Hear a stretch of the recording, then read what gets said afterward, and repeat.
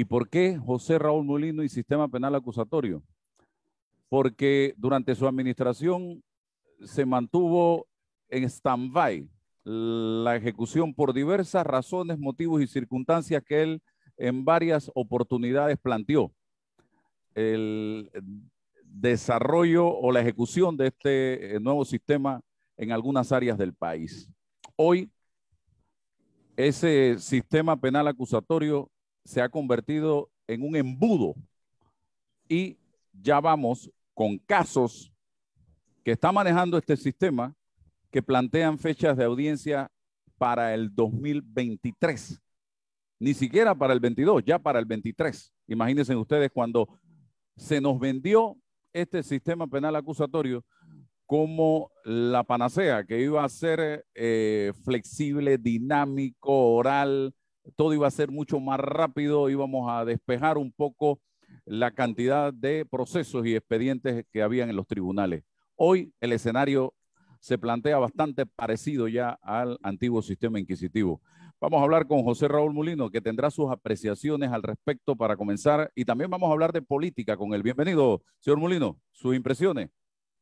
Gracias. Muy buenos días, Álvaro y César Ruilova, no sé cómo se le dice, teleaudiencia o videoaudiencia y oyentes de Omega Estéreo. En primer lugar, te felicito por tu nueva casa. De seguro será tan exitoso como las anteriores. Qué bueno que me preguntas eso, porque lo venía esta mañana en el auto cuando venía para mi oficina, echando el cassette para atrás. Y es importante la explicación histórica, si se quiere, que voy a plantear. Después del 1 de julio del año 2009, la entonces procuradora Ana Matilde Gómez me pidió una reunión para manifestarme una enorme preocupación, porque el 1 de septiembre de ese año, o sea, 2009, entraba a regir el sistema penal acusatorio en todo el país y no había $1 en el presupuesto de la nación. Wow, yo en realidad no conocía entonces, como conozco ahora, lo que esto conllevaba. E hice una gestión ante el ministro de Economía, Alberto Vallarino, y se dispuso unos fondos. Creo que la procuradora creo que me habló que se necesitaba para echar a andar esto unos $30 millones a nivel nacional. Obviamente esa plata no la había. Y el ministro Vallarino dispensó una suma menor a $10 millones y se dispuso entonces, como mecanismo de echar a andar esto, comenzar por las provincias de menor congestión para ir probando sobre la marcha el desarrollo e ir incorporando año tras año las provincias que poco a poco se fueron incorporando. Recibí una andanada de críticas tremendas por esto, porque hay mucha gente que cree en las bondades del proyecto, pero no entiende lo que significa implementar un proyecto de esta magnitud. Mucho dinero, no había infraestructuras que se tuvieron que comenzar a construir poco a poco para las sedes, porque digo, los juzgados tradicionales que conocemos todos llenos de expedientes y tirados todo por todos lados, ahí no se podía llevar una audiencia con las tecnologías y las facilidades que brinda hoy el nuevo sistema. Las últimas provincias que se implementaron, creo que fue Panamá y Colón, ya como en el año 2014, y aquí estamos.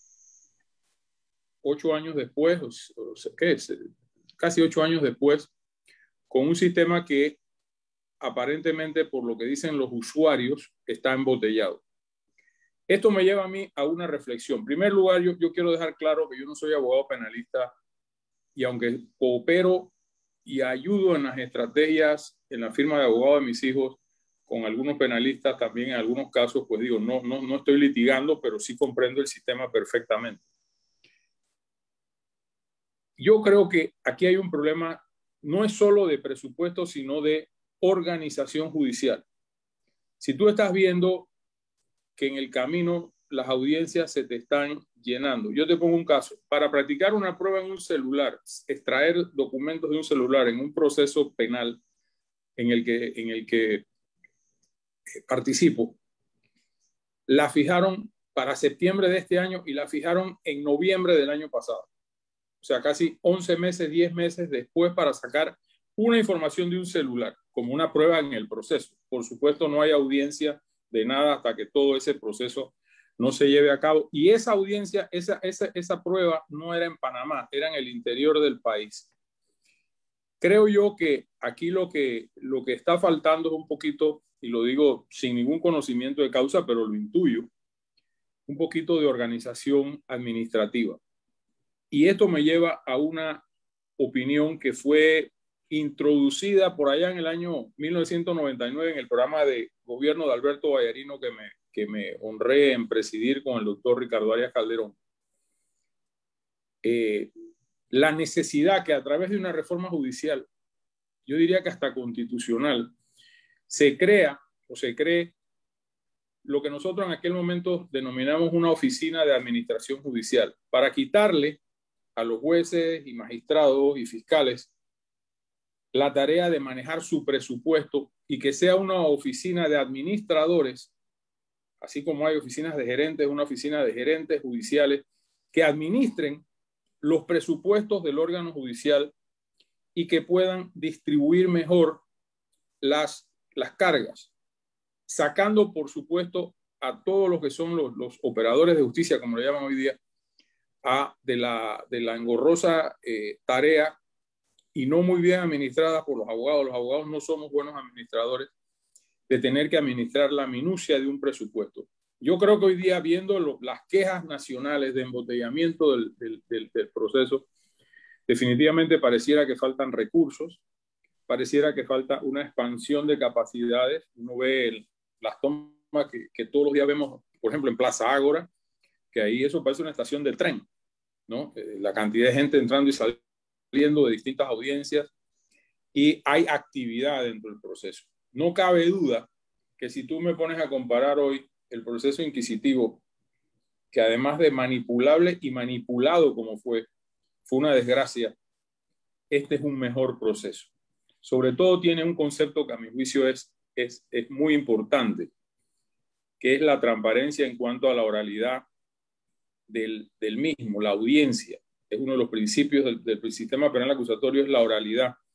Y eso permite que las macalucias que se hacían en los expedientes por parte de fiscales o personas allegadas a la fiscalía, en determinados casos, se elimine. Y todo el mundo pueda ver, así como estamos teniendo este programa en vivo, en aquellas audiencias que se permiten. Claro, hay otras que se entiende que no, que tienen que ser a puerta cerrada, que estemos viendo lo que ahí está pasando. Ahí se interrogan testigos, se analizan pruebas, se impugnan pruebas, se tachan peritos. O sea, ahí se hace toda la película procesal que uno ve en las series de televisión y que tanto nos apasiona, por lo menos a mí. Así que te resumo eso. Yo creo que habría que hacer un inventario. Efectivamente, yo siento que del órgano judicial le hacen falta recursos. Esta es una queja desde que yo soy yo como abogado en función de que no se le cumple el presupuesto que establece la Constitución dólar a dólar. Sin embargo, también creo que aunque se les dote de ese presupuesto ya, y que a lo mejor en una reforma constitucional o en una nueva constitución tendrá que ser un poco más por lo que ha crecido el país de cuando aquella norma se estableció, el país requiere de una mejor administración de los recursos del órgano judicial y de toda la logística que esto conlleva. César Ruilova participa. Buenos días Álvaro, buenos días José Raúl, placer saludarlo siempre. Efectivamente, esta implementación, esta posibilidad de implementación de un nuevo sistema judicial también se dio en un momento de transición política, ¿no? La salida del gobierno de Martín Torrijos, había pues aprobado el código y la entrada del gobierno de Ricardo Martinelli. Entonces, en esa transición hubo un problema obvio de implementación. Ahora, el sistema de plata. Claro, yo llegué al Colegio de Abogados del 2011, creo que había mesas para discutir cómo se hacía y seguimos no solamente el concepto del Código de Chile, sino la forma en que Chile implementó progresivamente el sistema por regiones. Igualmente, ¿no? Colombia lo hizo en el centro primero y luego en los demás departamentos. Ahora, el sistema como tal, Álvaro, entraña un cambio radical y fundamental, porque la preocupación era el problema de la igualdad de las partes. Nosotros veníamos sufriendo un problema cuando un fiscal tenía la posibilidad él mismo de decir, usted se va para la cárcel, usted no, usted sí. Entonces, eso estaba generando, venía generando un problema de fondo en el sistema penal. Y el otro, por supuesto, tratar de vencer el problema de la mora judicial. Y la idea de vencer la mora judicial era, bueno, vamos a implementar sistemas de audiencias, sistemas orales. Pero ese sistema de audiencia entraña un curso de recursos, de infraestructura, de logística, y va, por supuesto, atomizando el sistema, lo va cerrando, y hoy no hemos sido capaces de hacer una evaluación de las razones del por qué ya está colapsado. No en la cuestión de fondo, en la cuestión de fondo sobre la mora. En la cuestión de fondo ha vencido el problema de la desigualdad por ahora. Hay jueces malos y buenos, hay de todo, fiscales buenos y fiscales malos. Gana, pierde, el que pierde siempre va a criticar el sistema. Pero tenemos que mirar ahora por qué se está embotellando. Y desde mi óptica hay muchas audiencias. Se hace audiencia por todo. Entonces eso hay que ajustarlo, hay que cerrarlo, porque tienes la misma cantidad de jueces, la misma cantidad de operarios y la misma cantidad de oficinas, pero te sigue creciendo la litigiosidad y hay que hacer un ajuste legislativo para ir diciendo estas cosas las podemos hacer escrituralmente y estas no. Y vas a ver que con esos ajustes, con esas implementaciones, vamos a poder ayudar y claro, crecer más jueces, más oficinas, más todo, y vamos a poder resolver el problema de las audiencias, que es el que te impacta.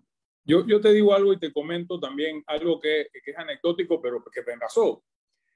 Como la policía era parte del Ministerio de Gobierno y Justicia a mi cargo en aquel momento de la historia, la Policía Nacional requería un entrenamiento. Claro. Porque son actores de primera línea. A lo mejor a veces los primeros actores en la escena del crimen son los policías, independientemente del rango. Puede que llegue un sargento o puede que te llegue un comisionado, pero si no estaban entrenados para manejar una escena del crimen, la podían dañar, la podían contaminar, podían, ¿qué te digo yo?, agarrar los casquillos de bala con la mano o agarrar el arma homicida sin un guante o no cercar el perímetro para que terceros no se metan y contaminaran lo que se llama la escena del crimen. Nosotros tuvimos que arrancar en ese intervalo de tiempo, mientras arrancaba en las provincias de Herrera y Los Ángeles. Coclé fue la primera, ¿verdad? Coclé y Veragua.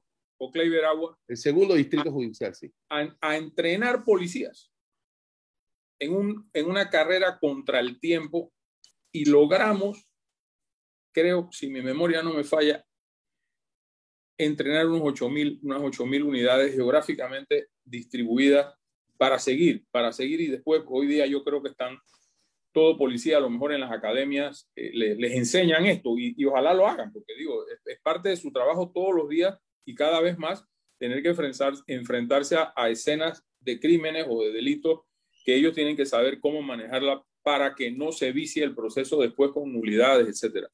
Así que esto es una cadena. Mira, yo siempre expliqué cuando me cuestionaron muy duro por esto y la verdad es que el tiempo me dio la razón.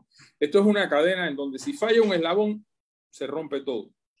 Tienen que haber jueces, tienen que haber fiscales, tienen que haber administradores judiciales, tiene que haber recursos, tiene que haber policías, tiene que haber de todo. Médicos forenses. En una de esas ¿cómo se llama? Eslabones de la cadena se rompe todo el sistema. O sea que esto tiene que trabajar, como dicen, como un reloj suizo, a efectos de que la justicia o la administración de la justicia en este país se dé de la manera la más rápida posible. Pero esto es en la esfera penal. Tú y yo, que somos abogados y conocemos la tragedia del sistema civil, es peor. Lo que pasa es que lo civil raras veces hace noticia. Sí.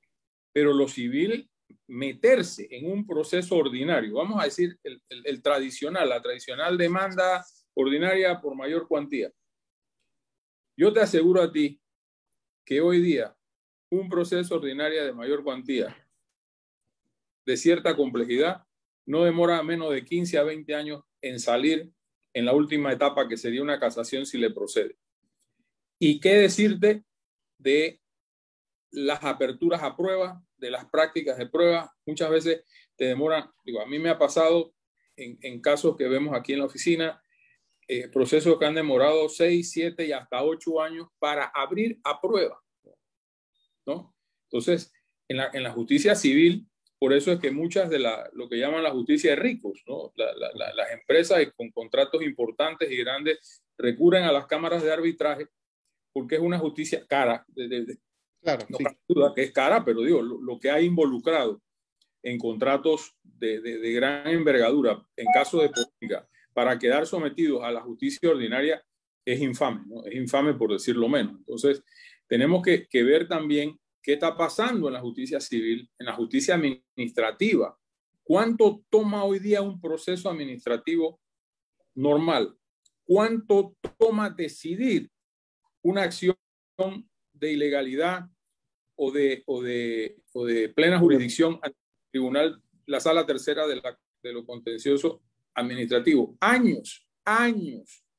A veces cosas muy tontas, a veces cosas muy complejas, como son contratos con la nación, como son omisiones en el diario vivir de la administración pública, que es muy compleja.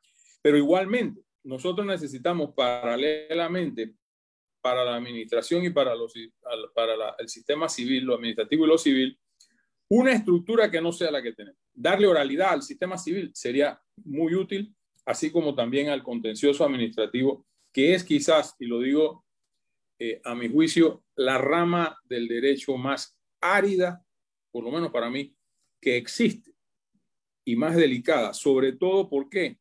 Porque allá en la sala tercera de antaño, que es la misma de hoy, van a parar recursos de ilegalidad o de nulidad sobre temas muy técnicos, emitidos por ¿quiénes? Por entes técnicos, la Codeco, la SEP, la Superintendencia de Bancos, la Superintendencia de Reaseguros y Aseguros, todo el tema energético, todo el tema de comunicaciones, puede llegar a parar allá. Y son los 3 mismos magistrados. Entonces, en alguna forma, la ampliación de los 9 magistrados hacia salas técnicas en la Corte Suprema de Justicia respecto de temas específicos tiene que plantearse en una nueva constitución, sin duda alguna, porque esos 9 magistrados no lo saben todo, ni lo pueden saber todo, ni lo van a saber todo. Entonces tienes que dotar, por ejemplo, yo tengo, ¿qué te digo yo? Casi 40 años de ejercicio profesional. Yo no estudié, y a estas alturas, como dice el dicho, morro viejo mal cristiano, hay materias que yo no domino, porque no las estudié. Entonces, se ha modificado mucho el derecho, se ha modificado mucho la práctica del derecho, y no se ha actualizado así las distintas instancias. A lo sumo, donde hemos llegado a mayor especialización en la creación de los juzgados comerciales y de la competencia. Y eso fue un hito histórico. Pero aún ahí la justicia es lenta. Bien, vamos a hablar de política. José Raúl Mulino, algo inédito percibo yo de 1989 a la fecha es lo que estamos viendo en materia política. ¿Y a qué me refiero? Un partido en gobierno cuya bancada hace más oposición que la propia oposición dentro de la Asamblea Nacional de Diputados. Totalmente fragmentada. No hay consensos, no hay acuerdos, no hay líneas a seguir partidarias, porque pareciera que entre ellos mismos están enfrentados y hoy estamos cosechando el resultado de esos enfrentamientos, de esos desacuerdos, de esas disyuntivas que existen en el propio partido de gobierno, señor José Raúl Mulino. Hablemos de este tema y el daño que esto nos está causando. Mira, yo escuchaba ayer, y lo escuché con mucho detenimiento, a Pedro Miguel González, aquí mismo, en esta audiencia, y él dijo muchas realidades y verdades. Sin embargo, independientemente del eufemismo que es decir que la Asamblea Nacional es independiente, eso no existe. La Asamblea Nacional es un órgano político por génesis, por razón de ser. Es el órgano político del Estado, más político que el Ejecutivo, porque son electos. Todos los que están ahí sentados están electos con el voto popular en una campaña electoral política. El liderazgo del presidente de la República entendido en la buena práctica, no puede dejar al garete a la Asamblea Legislativa, porque está en juego su plan de gobierno. Cualquiera que este sea, está en juego su programa de gobierno o sus decisiones de gobierno. Y todas las decisiones que toma un presidente, en el área que sea, son decisiones políticas e impactan de alguna manera el diario vivir de todos los panameños. Tú no puedes tener una asamblea, aunque tengas la mayoría, al garete. Una asamblea que se maneje con sus propias iniciativas, espanto, honestamente, las iniciativas que ahí surgen. A veces son para persinarse y decir que Dios nos acompañe. Tú no puedes tener una asamblea legislativa que no necesita la oposición legislativa. La oposición legislativa es nula en este momento, a mi juicio. Viendo los toros de la barrera, y te digo, yo estoy en una posición muy, muy pasiva en la política porque me dedico a trabajar en mis actividades y las actividades de la familia. La asamblea está al garete, pero con iniciativa y con recursos y con la capacidad de dar y quitar. Entonces yo creo que lo que estamos viendo es traumático, porque yo diría que es el primer gobierno que yo recuerde que con plena autonomía tiene 40 votos entre los PRD y Molirena, creo que suman ya los 40 votos, y el número mágico son 36, 37. Entonces, 37, pues son 72 diputados. Yo creo que el leseferismo que hay ahí es perjudicial, es pernicioso, en adición a que llegamos donde íbamos con los niveles que ahí se manejan. O sea, yo creo que esta asamblea o este sistema de elegir diputados caducó en el tiempo, de un híbrido que inventaron en la Constitución del 72 los representantes de corregimiento. Hemos terminado aquí con una reforma del año 83 que trató de oxigenar y yo le doy todo el beneficio de lo que hizo en la reforma constitucional del año 83 bajo el presidente del Espriella y el general Paredes, que fueron sus motores, pero ya eso llegó hasta donde tenía que llegar. Y sí, el gobierno no necesita oposición. Sinceramente, el gobierno no necesita oposición.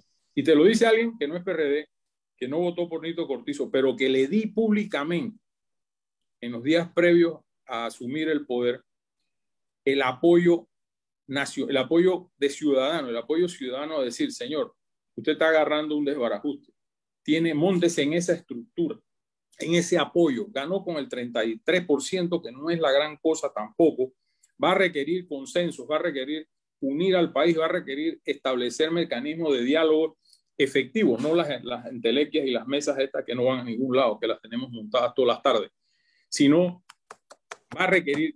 Me defraudó. Y créeme que yo no soy amigo de Nito Cortizo, tampoco soy enemigo. Él me conoce a mí como yo lo conozco a él. Yo no sé si toma café o toma limonada, no lo sé. O sea, para que tengamos idea. Pero sí me duele, porque yo no considero a Nito Cortizo un enemigo. Yo lo creo un hombre de buena fe. Yo creo que es un hombre que está tratando de hacer un buen trabajo, con una carencia absoluta de un equipo coordinado, y que tiene que empinarse sobre el momento histórico que le ha tocado vivir en alguna forma inédito por lo de la pandemia, limpiar el camino, limpiar la casa y arrancar otra vez. En julio le quedan 3 años de gobierno, de los cuales 2 son efectivos y el último es campaña política. Y en el interín, elecciones internas de su partido, que creo que bueno, lo explicó Pedro Miguel González con detalles ayer. ¿Es peligroso el populismo al que está jugando un sector de esa asamblea en este momento? Hay ataques a la banca, hay ataques a los puertos, hay ataques a la empresa privada. ¿Eso es peligroso? ¿Le preocupa, José Raúl? Por supuesto, por supuesto. Yo creo que el populismo es una negación del buen administrar la cosa pública. Te lo digo sinceramente. Pero también, así como se ejercitan acciones que se pueden catalogar de populistas de parte de algunos, el ataque constante para destruir la estructura de los partidos políticos. Si mañana aquí viene una hecatombe política y pasa como en el año 68, que de un plumazo abolieron los partidos políticos, ¿qué queda? ¿Qué queda? Mucha gente se pone brava por el tema del diálogo del Seguro Social, que tiene 16,000 defectos. Pero al final del camino, esas decisiones que se lleguen a tomar en esa enorme e importante mesa tienen que aterrizar en la Asamblea de Diputados. ¿Y quiénes ponen los votos o quiénes manejan esa situación? Los partidos políticos. Ahí no va ni la Iglesia, ni la sociedad civil, ni Movín, ni los Panamá Decide, ni nadie va ahí. Ahí están sentados los representantes de los partidos políticos, que pueden hacer un buen trabajo, un trabajo responsable, como yo creo que se hizo durante el gobierno de Martín Torrijos, siendo yo en oposición, pero presidente de un partido político con 6, 7 diputados en la época, y que apoyamos de 3 bloques, apoyamos 2 y nos negamos en otro, y se hizo un trabajo de instrucción, de adiestramiento, de explicación política de lo que en aquel momento fueron las reformas a la Caja del Seguro Social, que casi se ponen de sombrero al gobierno de Martín Torrijos. Entonces, el manejo populista, y el populismo no está nada más en la Asamblea, olvídate, el representante de corregimiento es otra aventura sin fin. Y en la estructura de la sociedad, hoy día tú no manejas una campaña política, y te lo dice alguien que ha ido a buscar votos a nivel nacional, para mí y para otros. Tú no manejas hoy día una campaña política sin los denominados activistas políticos, que son mercenarios. Ni siquiera los manejan personas que son los dueños, vamos a decir así, o administradores de X porción de votos en las distintas regiones del país. Con ese es el que tú tienes que hablar. Y él te garantiza, a cambio de un dinero, los votos a conseguir para cualquiera sea la causa. Entonces, estas cosas, por supuesto, van mermando la capacidad. ¿Por qué? Porque el sistema se agotó. Y no lo he dicho hoy, lo vengo diciendo desde hace muchísimos años. Y soy de las personas, y lo reconozco, que ha mutado su posición. Yo pensaba hace unos años, y está escrito en una buena infinidad de mis artículos que escribía en los periódicos, yo fui partidario de la Asamblea Constituyente del 314, de la que denominan paralela. Hoy día yo creo que ese escenario se acabó. Hoy tenemos que invocar la voluntad del pueblo y convocar la Asamblea originaria, lo que llaman la Asamblea Constituyente, con el real poder constituyente. Ese es otro debate. Pero ciertamente el populismo como forma de manejar el que hay para mí, cómo reparto, nada se mueve si no es a través de una dádiva, a través de una bolsa de comida, a través de un contrato brujo. Entonces, eso lo que está es, primero, sangrando los recursos del Estado, porque cada vez tenemos un Estado que cuesta más, obeso, un Estado obeso con una población muy flaca en necesidades y llena de necesidades, con instituciones colapsadas. Ahí tenemos el IDAN, por citarte un ejemplo. Yo creo que no hay una institución del Estado que haya recibido del año 90 a la fecha más millones de dólares a través de donaciones, de préstamos, de asesoría, que el IDAN. Y ahí está el IDAN. En estos días firmaron otro contrato por 250 millones. En la administración de Varela con el BID firmaron otro. Nadie dice qué hacen con esos recursos ni cuál es el avance que tiene el IDAN. Yo veo que cada vez hay más colapsos de la estructura de agua del país y nadie explica ni nadie dice. Entonces, yo sí creo que llegamos donde íbamos, ¿no? Yo veo aquí un colapso, ya hay un colapso administrativo, jurídico, político, y lo que va a venir, si aquí no ponemos atención, y ya estamos tarde, es una convulsión social. Y ahí entonces sí, cada pico que jale para su gallote. No, César, y definitivamente lo que plantea José Raúl lo hemos venido advirtiendo en reiteradas ocasiones. Cuando ese tsunami venga, ese colapso al que él se refiere estalle, allí nadie va a poder decir, a mí no porque yo soy X o porque yo soy Y o porque yo soy Z.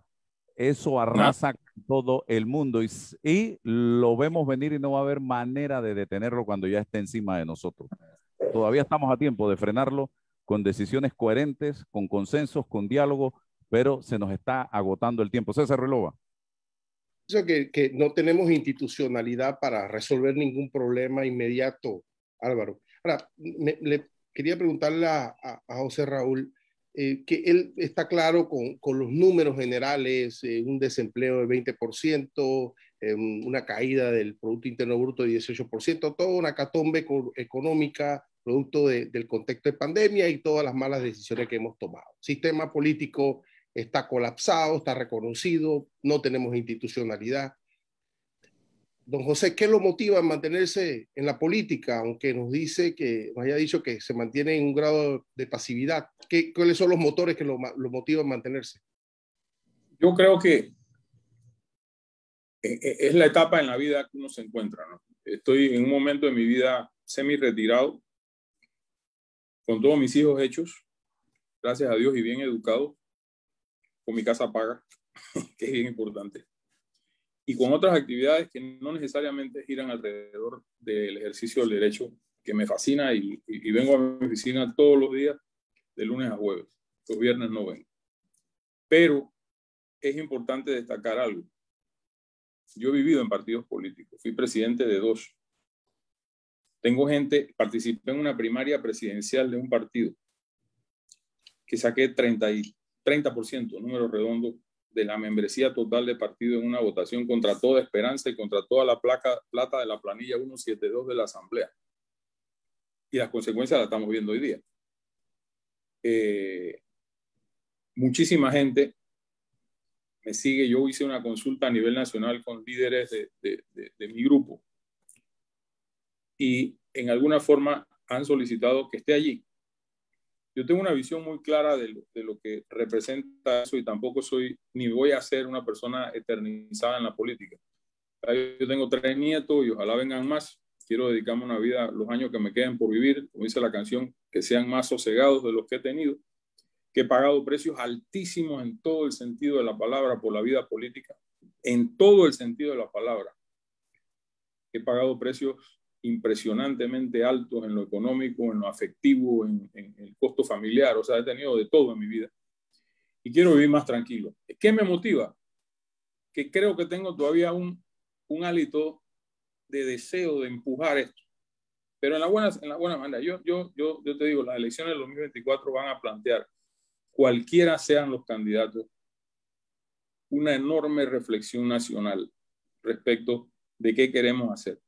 O vamos a elegir a populistas o incapaces o personas que prometen lo que jamás se va a poder cumplir, o vamos a tener a una persona al frente del Estado que plantee lo único que este país necesita en este momento, una reforma estructural del Estado.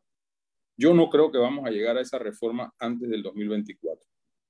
Me alegra mucho que ya un montón de los críticos de la constituyente se hayan aventurado a iniciar una carrera para las 581,000 firmas, para que tú tengas una dimensión de esto.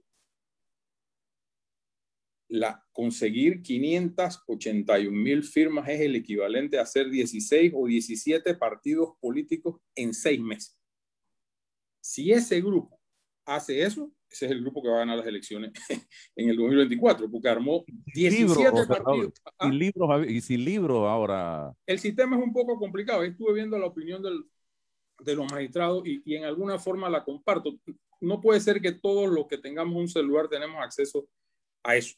Eso tiene que ser ordenado, como nos pasó a nosotros en la conformación del partido. Fue utilísimo, fue muy rápido y muy barato. Matas el activismo porque la gente no...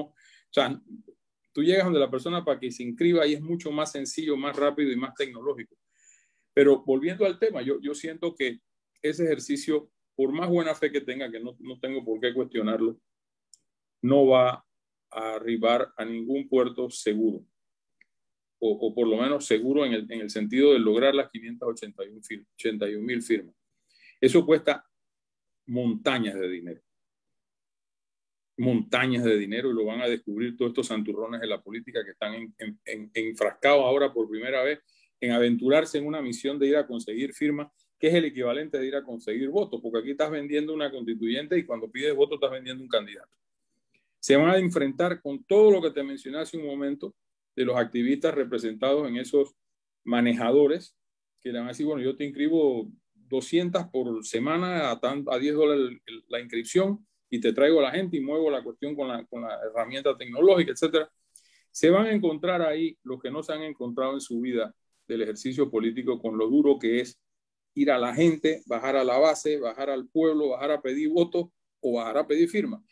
Yo ya estuve en 2 ejercicios de esos. Uno con Guillermo Tara, respecto de la quinta papeleta, no sé si lo recuerdan, cuando hicimos un ejercicio para incluir en las elecciones creo que fueron las del 2009, la quinta papeleta, y después, no hace muchos años, para hacer lo mismo que están haciendo hoy los de Panamá Decide, levantar firmas para la constituyente paralela, y no se lograron.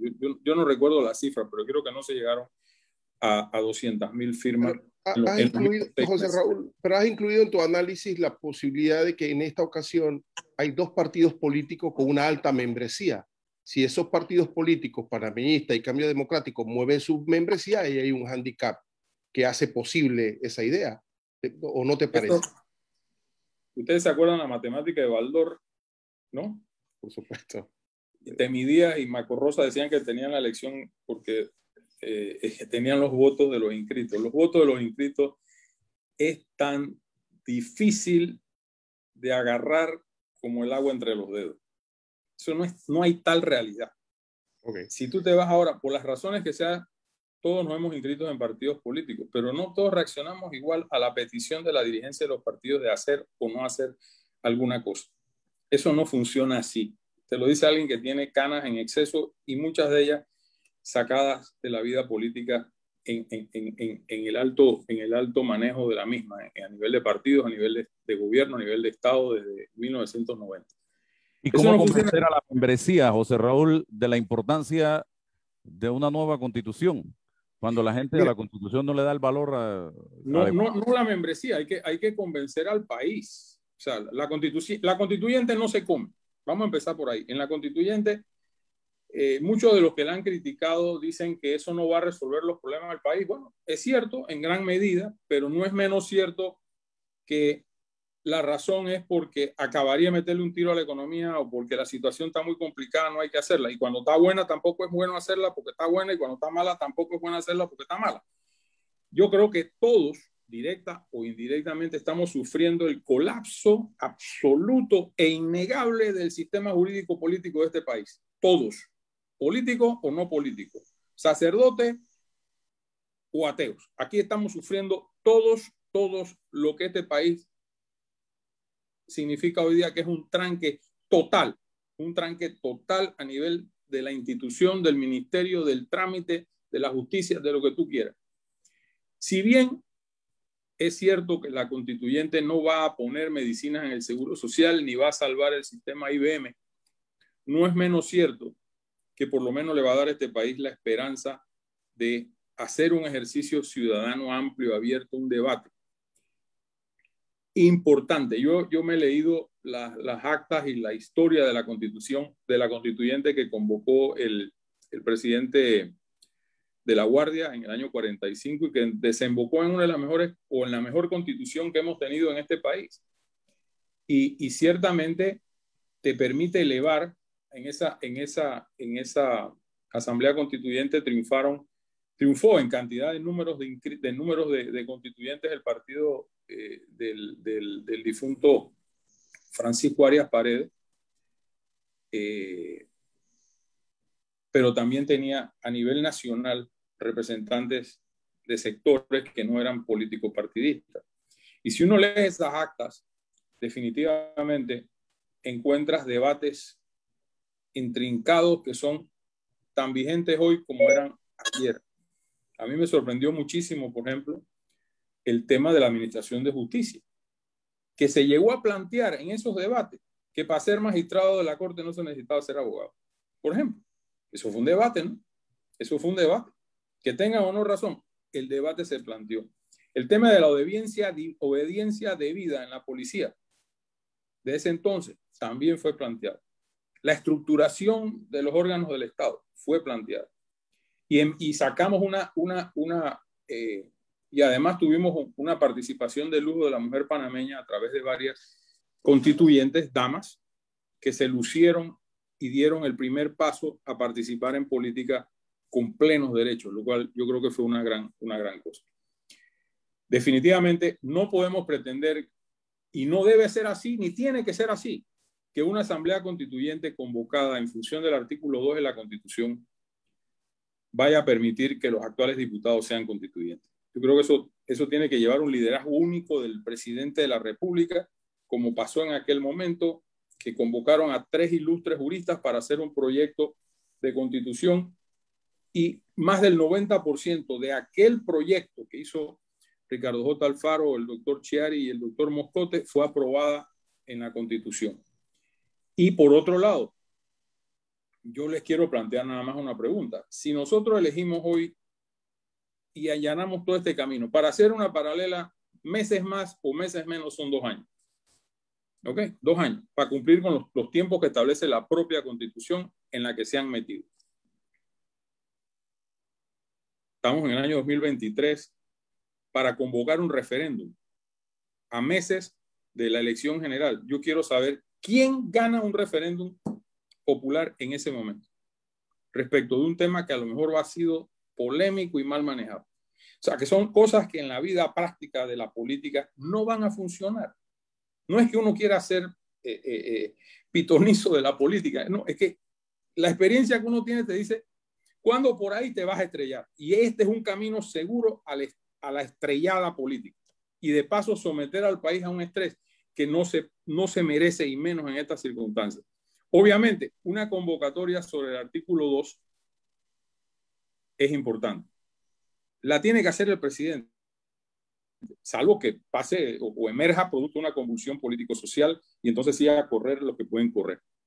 Pero el ejercicio, es más, yo te digo, en esto ya estaba leyendo un fallo del año 83 que encabezó el magistrado Rodrigo Molina en la corte cuando demandaron, Miguel Antonio y otros abogados demandaron la inconstitucionalidad de la convocatoria al referéndum por parte del Consejo de Gabinete de la época. Estoy hablando de las reformas del 83. Rodrigo Molina se mandó un fallo en donde sustentó lo grueso del mismo en lo innegable, importante e insustituible que es convocar al pueblo para que sea el pueblo el que decida. Lo que dice el artículo 2 de la Constitución, que el poder público emana del pueblo. Perdón. Entonces, eso lo tiene que manejar, yo diría que ya un nuevo presidente. Yo no veo a este metiéndose en esa aventura, ni va a poder, y ojalá que no lo haga, porque no lo va a lograr hacer bien. Y entonces sí, llevar esto en un plano de mucha altura, de mucha apertura, porque la constituyente no es una secta ni es un problema de abogados, es un problema de todo un país y tienen que participar. En la del 46 participó gente que eran agricultores, gente que eran abogados, gente que eran empresarios, gente que eran políticos, académicos. Ahí estuvo el señor Jurado, estuvo Dios en el Arroz, estuvo el señor Alberto Boy Padre, en fin, una playa de hombres y mujeres muy distinguidas que abonaron mucho a la institucionalidad constitucional de este país. Yo lo digo con mucha franqueza, o sea, puede que guste o no guste lo que yo diga, pero ahí está dicho. Vamos a hacer una pausa, don José Raúl. De vuelta, una brevísima pregunta para aterrizar ya en ese tema, finiquitarlo, la posibilidad de reformas puntuales, que es lo que sé que pudiera estarse manejando al interno del gobierno, uno, y concluida esa respuesta luego del cambio, usted también, siendo ministro de Seguridad, habló de la penetración del crimen organizado en la política y hoy día hablamos de la penetración del crimen organizado en los estamentos de seguridad de este país. ¿Qué piensa hoy, después de varios años de esta situación? Vamos a la pausa y regresamos enseguida. Bien, mientras hacemos el receso con el licenciado José Raúl Molino, seguimos acá en nuestras redes sociales. Resumiendo un poco, hemos estado hablando de la situación política del país en este momento con el exministro José Raúl Molino, miembro del partido Realizando Metas también. Hemos estado hablando también del tema de la Asamblea Constituyente y los pros y los contras, la posibilidad que existe, si es que existe alguna, de poder hacerlo a estas alturas del partido, cuando ya el gobierno del presidente Cortizo, este 1 de julio que se avecina, estará cumpliendo su segundo año de administración y los cálculos políticos, a juicio del señor Molino, no dan para lograrlo si nos vamos por la vía de la búsqueda de firmas, la votación. Todo esto tiene que ir a la asamblea, tiene que haber un referéndum, en fin, una serie de condiciones para lograr esto, que comienza con la recolección de más de 500,000 de firmas, que es un montón de firmas, y para recoger esa cantidad de firmas, otro montón o otra montaña de dinero. Todo esto lo está planteando José Raúl Mulino en los argumentos que ha estado esgrimiendo en la mañana de hoy.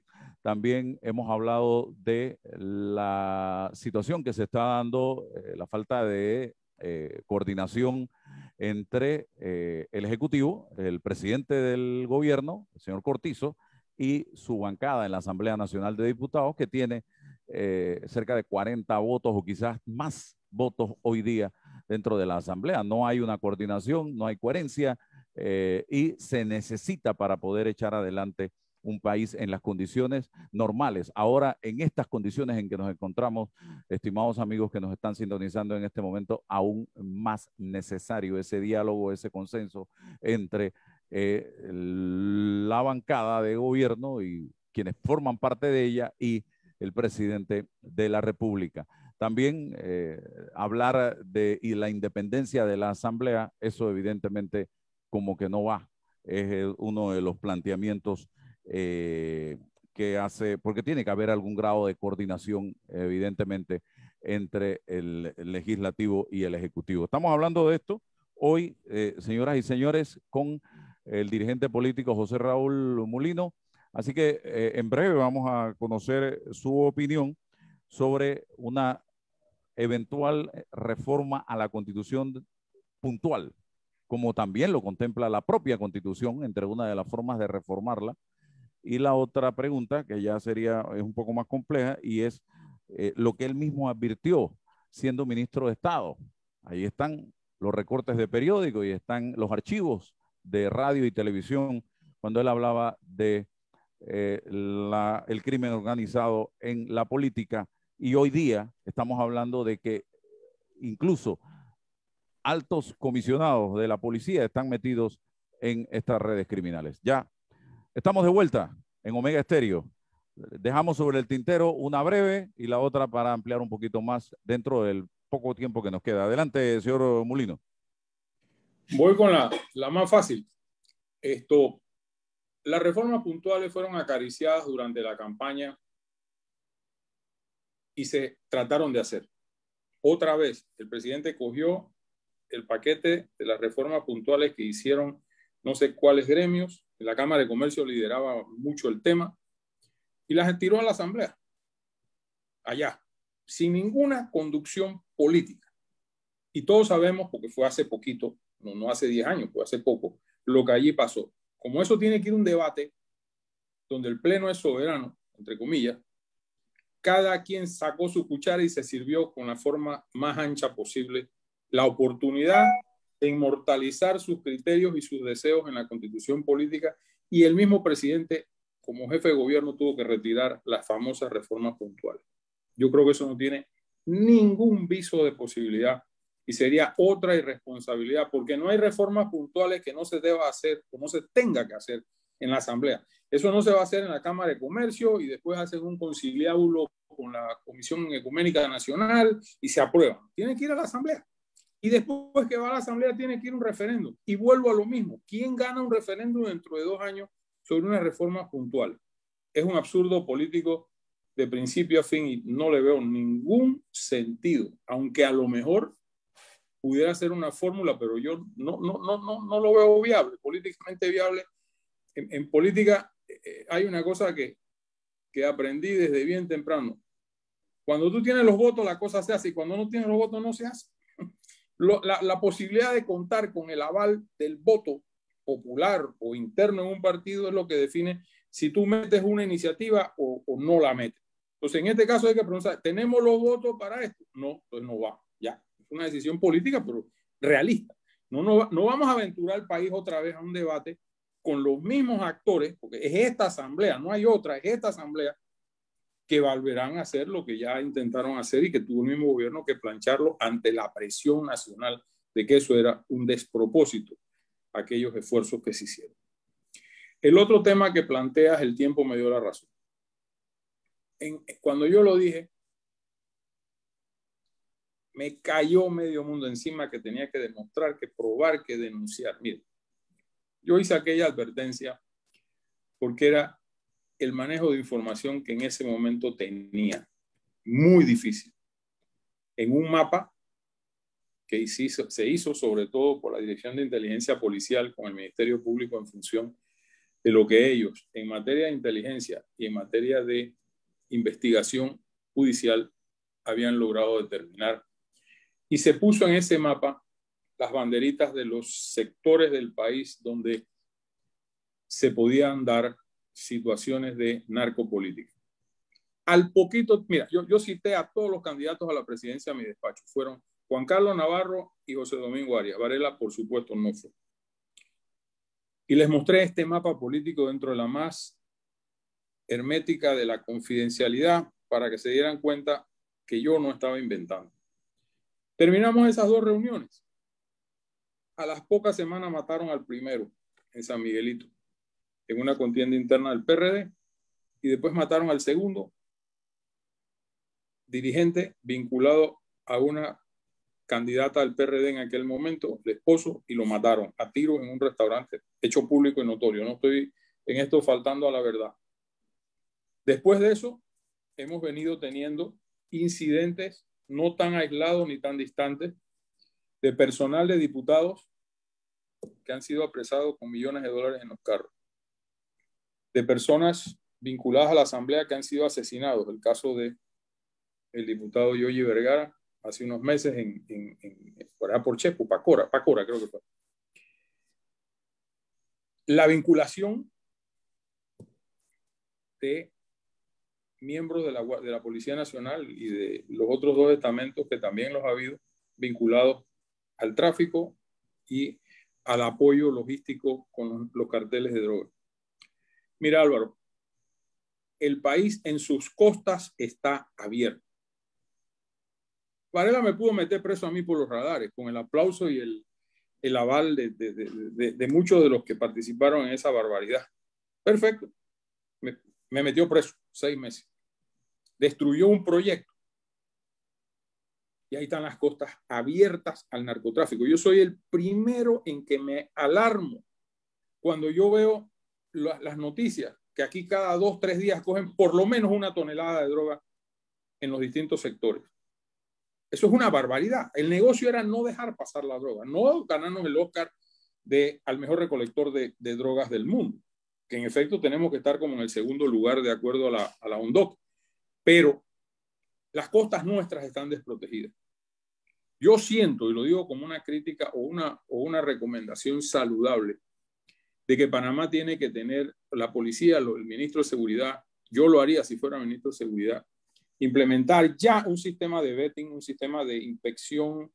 El vetting en inglés es una acción por la que tú analizas la confianza, la confiabilidad de la gente.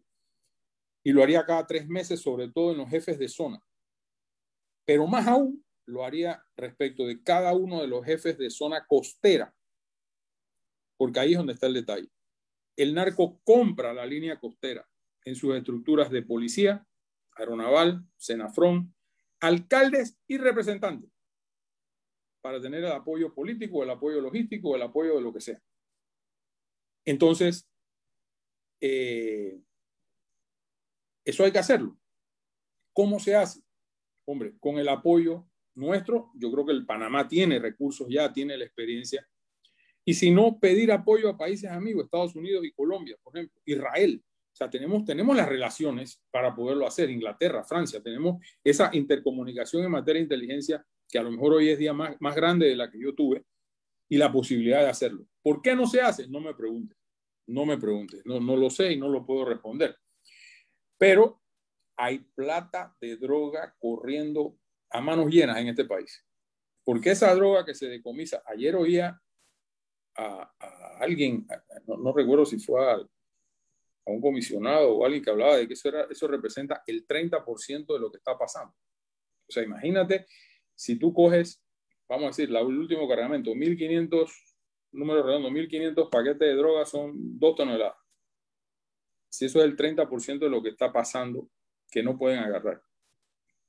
Y si tú te pones a ver el cálculo que hicieron en la rendición de cuentas los estamentos en marzo, ya daban cuenta de 72 toneladas de droga incautada. Nosotros el año que más droga incautamos agarramos 40, número redondo. Y fue una cosota. Y de ahí vamos, porque le metimos mucho apoyo a la aeronaval para patrullaje, etcétera, de todas nuestras costas. Abrimos las estaciones aeronavales, abrimos un montón de cosas para complementar el tema. Y después nos fuimos a las rutas terrestres, en lo que yo denominé el programa de seguridad tierra adentro. Abrir estaciones policiales en rutas que son utilizadas para el trasiego de droga y el trasiego de indocumentados, que no necesariamente es un negocio aparte. Una fuente mía, un amigo mío de los Estados Unidos me decía la semana pasada en una cena que ellos visualizan que para finales de año aquí puede haber un problema enorme con el tema de indocumentados, acariciando la cifra de 70,000. Hoy día, al jueves pasado, habían 7,000 sencillos. Y se va a incrementar. Por eso yo puse un Twitter de la importancia de que Panamá convoque a los países que están involucrados. ¿El destino cuál es? Estados Unidos. ¿Quiénes son los que abren o en alguna manera dejan entrar? Brasil a manos llenas de África. Ecuador, quizás Venezuela, entran a Colombia y aquí vienen aterrizando. Hoy día es inmanejable. Es más, me decía este norteamericano que va por el área, porque es funcionario de un estamento de seguridad norteamericano, de que hay lugares en Darien que tú crees, y él es, ¿cómo se llama? Veterano de Afganistán, que tú caminas por la calle y crees que estás en Afganistán. Están los mismos ensotanados estos con las barbas teñidas que representan el grupo político o la secta en la que viven, con las barbas rosadas, otras amarillas, vendiendo productos. Tienen tiendas de productos árabes y comida árabe. Allí. A lo mejor eso es mejor que se estén matando entre ellos. Pero lo que te quiero decir es que todo esta amalgama de problemas que pareciera que están en la última gaveta de prioridad e de importancia en el país va a generar más conflicto. Porque ahí entra de todo. Nosotros teníamos en aquel tiempo una colaboración con el FBI de levantar huellas. No había manera de tener nombres porque ellos no viajan, por lo menos los de África, no viajan con pasaporte ni documento. Entonces, lo único era levantar huellas y el FBI las revisaba en Washington y determinaba en el albergue quiénes tenían el perfil de terroristas. Estoy hablando de hace 10 años casi de esto, cuando empezamos ese sistema de operación dactilar por ¿cómo se llama? La ciencia que te toman las huellas digitales. Se me olvidó el nombre técnico. Y daba un resultado. La dactiloscopia. Eso. Y en algunos casos se agarraron perfiles de talibanes, se agarraron perfiles de terroristas, etc. Ahora, imagínate con la proyección que tienen de lo que aquí puede pasar. Venezuela se está descomponiendo cada día más, pero también la situación, porque es un negocio. Y Colombia, nuestro vecino, que hace unos años firmó un acuerdo de paz, se está enredando tremendamente. El acuerdo de paz en Colombia no significó absolutamente nada y está volviendo Colombia a enredarse. Las noticias muestran evidencia de eso. Empezó la FARC, los combatientes de la FARC que no aceptaron ¿cómo se llama? El pase a retiro, la ELN, el narcotráfico, al punto que Colombia va a volver a fumigar con glifosato, que fue un tema que es un producto altamente tóxico. Yo lo uso en mi finca y tengo que poner a los empleados forrados de pies a cabeza porque hueles eso y te mueres. Para matar maleza y para matar un montón de cosas. Bueno, en Colombia la tiraban de aviones para matar los sembradíos de cocaína. Y Colombia ha vuelto a decir que va a entrar en el proceso de fumigación de glifosato nuevamente para poder aplacar la triplicación de producción de coca que tiene. Entonces yo siento que nosotros irremediablemente nunca vamos a ser vecinos de Jamaica. Siempre vamos a ser vecinos de Colombia. Y ese es un país que tiene que estar en segundo orden de prioridad en nuestra relación política, económica, de seguridad, migratoria, etc. Querramos o no querramos, con el gobierno que esté en Colombia, nosotros tenemos que tener mantel largo en la comunicación. Y creo que desde Varela para acá, esa relación se ha entorpecido tremendamente por razones absurdas. Yo entiendo que la política comercial es una, pero la política de seguridad es otra. Y no mezcles el guacho de que porque injustamente nos tienen fregados en la OMC, nos vamos a olvidar y no hablamos más de Colombia sobre temas de seguridad. Eso lo hablo yo con mis amigos de Colombia. que me han manifestado la poca colaboración que hay de las dos administraciones. Entonces, no podemos vincularnos de eso, Álvaro. Yo siento que vamos por una campaña política dentro de poquito, más temprano de lo que querramos, con más afluente de cash, con más cocaína entrando, con más drogas entrando y con armas. Ustedes ven la cantidad de armas que la Policía Nacional cada 60, 90 días destruye. Eso no son armas viejas. Ahí son armas de alto grueso calibre. Y han tratado de demonizar las moratorias de armas que en su momento se impusieron, con el ánimo de recoger y legalizar armas sin preguntar nada. Y entonces, digo, eso es lo que tenemos, ¿no? Yo creo que en este momento hay que enfocarse mucho en eso y ojalá Dios quiera que nosotros no tengamos en la política la crisis que vivió Colombia con el proceso 8000. Dios quiera que nunca. Y que los partidos políticos y la dirigencia nacional sepa y entienda que para la que viene tenemos que hacer una profilaxis importante de quiénes son los candidatos, los perfiles están relacionados con quién. Eso es básico, porque los carteles compran apoyo político. Eso no lo van a inventar con Panamá, ya lo han inventado en otros países. Bueno. Más las que están subiendo otros países como Honduras, que ustedes ven que tras que venía fallido, ahora mucho más. ¿Con quién habla uno en ese país? A ver. Le agradezco, don José Raúl Molino, la atención que nos ha brindado en el día de hoy a través de su programa Sin Rodeos de Omega Estéreo, que no sea la última, que se repita, porque me ayudaron a desempolvar de escuchar a los protagonistas opinando, dando a conocer sus impresiones sobre los temas de actualidad nacional y que usted, amigo oyente, saque sus propias conclusiones. Gracias. Gracias, César. Hasta mañana. Saludos, César. Gracias. Saludos.